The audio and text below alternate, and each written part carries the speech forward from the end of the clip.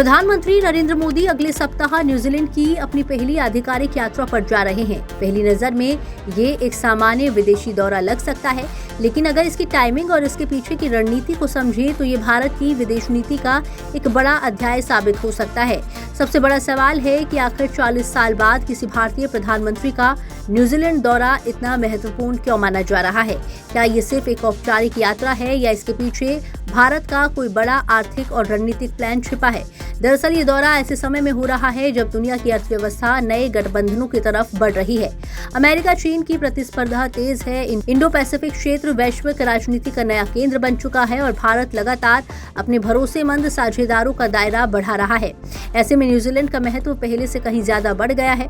प्रधानमंत्री मोदी 10 जुलाई को ऑकलैंड पहुंचेंगे और 11 जुलाई को वापस लौटेंगे। इससे पहले जापान के प्रधानमंत्री का भारत दौरा रहा, यानी भारत एशिया और प्रशांत क्षेत्र के देशों के साथ लगातार अपने रिश्तों को मजबूत करने की रणनीति पर काम कर रहा है। इस यात्रा की सबसे बड़ी खासियत ये भी है कि ये भारत और न्यूजीलैंड के बीच हुए ऐतिहासिक व्यापार समझौते यानी FTA के कुछ ही महीने बाद हो रही है। साफ है कि अब दोनों देश सिर्फ दोस्ती की बातें नहीं करेंगे, बल्कि उस दोस्ती को व्यापार, निवेश, टेक्नोलॉजी, कृषि और रणनीतिक साझेदारी में बदलने की कोशिश करेंगे। इसलिए यह दौरा केवल एक राजनयिक कार्यक्रम नहीं, बल्कि भारत की बदलती वैश्विक भूमिका का संकेत माना जा रहा है। अब सवाल उठता है कि न्यूजीलैंड इस दौरे को लेकर इतना उत्साहित क्यों है। इसका जवाब खुद न्यूजीलैंड के प्रधानमंत्री क्रिस्टोफर लक्सन ने दिया है। उन्होंने सोशल मीडिया प्लेटफॉर्म एक्स पर खुशी जाहिर करते हुए कहा कि भारत दुनिया की सबसे बड़ी और सबसे तेजी से बढ़ती अर्थव्यवस्थाओं में से एक है और न्यूजीलैंड की आर्थिक समृद्धि के लिए बेहद महत्वपूर्ण देश है। सोचिए, एक विकसित देश खुले तौर पर ये कह रहा है कि उसकी आर्थिक तरक्की के लिए भारत जरूरी है। ये वही भारत है जिसे कभी केवल एक बड़ा उपभोक्ता बाजार माना जाता था, लेकिन आज दुनिया उसे निवेश, उत्पादन, टेक्नोलॉजी और वैश्विक विकास के इंजन के रूप में देख रही है। लक्सन ने साफ कहा कि भारत के साथ हुआ व्यापार समझौता न्यूजीलैंड के लिए नए रोजगार पैदा करेगा, निर्यात बढ़ाएगा और आर्थिक विकास को गति देगा। आखिर ऐसा क्यों? क्योंकि भारत सिर्फ 140 करोड़ लोगों का बाजार नहीं है, बल्कि तेजी से बढ़ता हुआ मध्यम वर्ग, डिजिटल अर्थव्यवस्था और बढ़ती खरीद क्षमता भी है। न्यूजीलैंड चाहता है कि उसके कृषि उत्पादक, डेयरी, फूड प्रोसेसिंग, शिक्षा और सेवाएं भारतीय बाजार तक ज्यादा आसानी से पहुंचे। वहीं भारत के लिए न्यूजीलैंड सिर्फ एक छोटा देश नहीं, बल्कि पूरे ओशिनिया और प्रशांत क्षेत्र में प्रवेश का मजबूत द्वार है। यानी दोनों देशों के हित एक दूसरे से जुड़ते दिखाई दे रहे हैं। यही वजह है कि दोनों सरकारें इस रिश्ते को सिर्फ कूटनीति तक सीमित नहीं रखना चाहती, बल्कि इसे आर्थिक साझेदारी का नया मॉडल बनाना चाहती हैं। अब बात करते हैं उस ऐतिहासिक समझौते की जिसने इस पूरी यात्रा को और ज्यादा महत्वपूर्ण बना दिया है।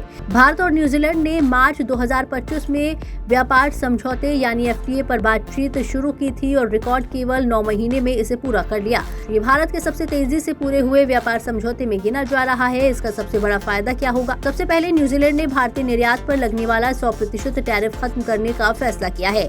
यानी भारतीय सामान अब वहाँ पहले से कहीं ज्यादा प्रतिस्पर्धी होंगे। इससे भारत के कपड़ा उद्योग, इंजीनियरिंग उत्पाद, दवा उद्योग, IT सेवाएं, ऑटो पार्ट्स और कई अन्य क्षेत्रों को बड़ा लाभ मिल सकता है। दूसरी तरफ न्यूजीलैंड भारत में लगभग 20 अरब अमेरिकी डॉलर तक निवेश की योजना पर काम कर रहा है। कृषि क्षेत्र में भी बड़ा सहयोग तय हुआ है। कीवी, सेब, मुनगा, शहद, बागवानी, मधुमक्खी पालन, मत्स्य पालन, पशुपालन और वानिकी जैसे क्षेत्रों में दोनों देश मिलकर काम करेंगे। इसका मतलब सिर्फ व्यापार नहीं, बल्कि तकनीक और विशेषज्ञता का आदान प्रदान भी होगा। किसानों, MSME, महिला उद्यमियों, छात्रों और कुशल पेशेवरों के लिए भी नए अवसर खुलने की उम्मीद है। यानी ये समझौता केवल सरकारों के बीच नहीं, बल्कि आम लोगों की अर्थव्यवस्था पर भी असर डाल सकता है। यही कारण है कि इसे दोनों देशों के रिश्तों का टर्निंग पॉइंट माना जा रहा है। लेकिन इस पूरी कहानी का सबसे बड़ा विश्लेषण यहीं से शुरू होता है। सवाल ये है कि क्या ये दौरा केवल व्यापार तक सीमित रहेगा? शायद नहीं। भारत आज इंडो पैसिफिक क्षेत्र में अपनी मौजूदगी लगातार मजबूत कर रहा है। ऑस्ट्रेलिया, जापान, अमेरिका और अब न्यूजीलैंड जैसे देशों के साथ बढ़ती साझेदारी इसी रणनीति का हिस्सा मानी जा रही है। न्यूजीलैंड फिलहाल ओशिनिया क्षेत्र में भारत का दूसरा सबसे बड़ा व्यापारिक साझेदार है और उसकी अर्थव्यवस्था काफी हद तक वैश्विक व्यापार पर निर्भर करती है। वहीं भारत अपने निर्यात बाजारों का विस्तार करना चाहता है ताकि किसी एक देश पर निर्भरता कम हो। ऐसे समय में यह साझेदारी दोनों देशों के लिए फायदे का सौदा बन सकती है, लेकिन इसके साथ कुछ चुनौतियां भी होंगी। भारतीय किसानों, डेयरी उद्योग और स्थानीय उद्योगों पर विदेशी प्रतिस्पर्धा का क्या असर पड़ेगा? क्या दोनों देश अपने अपने संवेदनशील क्षेत्रों की सुरक्षा कर पाएंगे या निवेश के वादे तय समय पर जमीन पर उतरेंगे? इन सवालों के जवाब आने वाले वर्षों में मिलेंगे, लेकिन इतना तय है कि प्रधानमंत्री मोदी का ये न्यूजीलैंड दौरा केवल एक विदेशी यात्रा नहीं बल्कि भारत की बदलती वैश्विक सोच, आर्थिक कूटनीति और इंडो पैसिफिक रणनीति का मजबूत संदेश है। आने वाले समय में ये रिश्ता सिर्फ व्यापार नहीं बल्कि राजनीति, सुरक्षा, शिक्षा, पर्यटन और टेक्नोलॉजी तक फैलेगा।